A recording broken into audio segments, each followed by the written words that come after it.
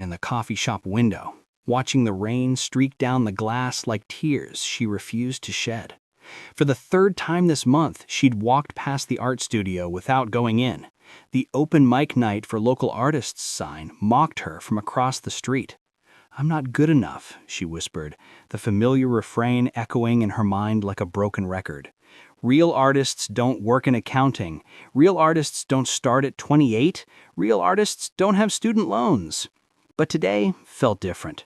Maybe it was the way the barista had complimented her sketch on a napkin, or maybe it was exhaustion from living the same Tuesday over and over again.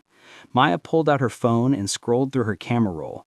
Hundreds of drawings hidden away like secrets. Cityscapes captured during lunch breaks, portraits of strangers on the subway, dreams relegated to stolen moments. Her grandmother's voice drifted back to her. "Bita, your thoughts are the architects of your destiny. You can build a palace or a prison with the same materials."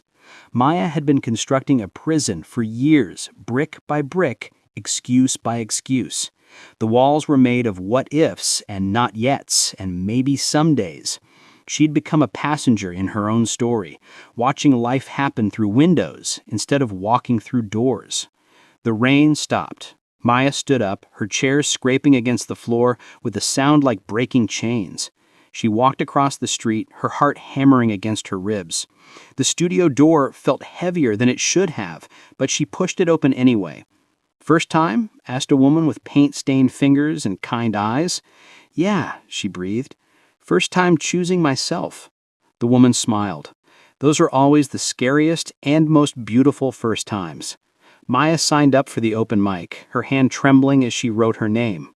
As she set up her easel, something shifted inside her chest, a loosening like taking off shoes that had been too tight for too long. When she began to paint, the room fell away. Colors flowed like conversations she'd been waiting to have. Each brushstroke was a word in a language she'd forgotten she spoke fluently. "That's incredible," someone whispered behind her. Maya turned to see a small crowd gathered watching her work. But for the first time in her life, their opinions felt secondary to the fire burning in her chest. She wasn't painting for them. She was painting because she'd finally stopped asking permission to be herself. Lakshmi, sometimes the most radical thing you can do is believe you deserve the life you're dreaming of. Maya learned that night that thoughts aren't just fleeting visitors in your mind, they're the foundation of everything you build. And she'd spent too many years building walls instead of wings. The story you tell yourself becomes the story you live.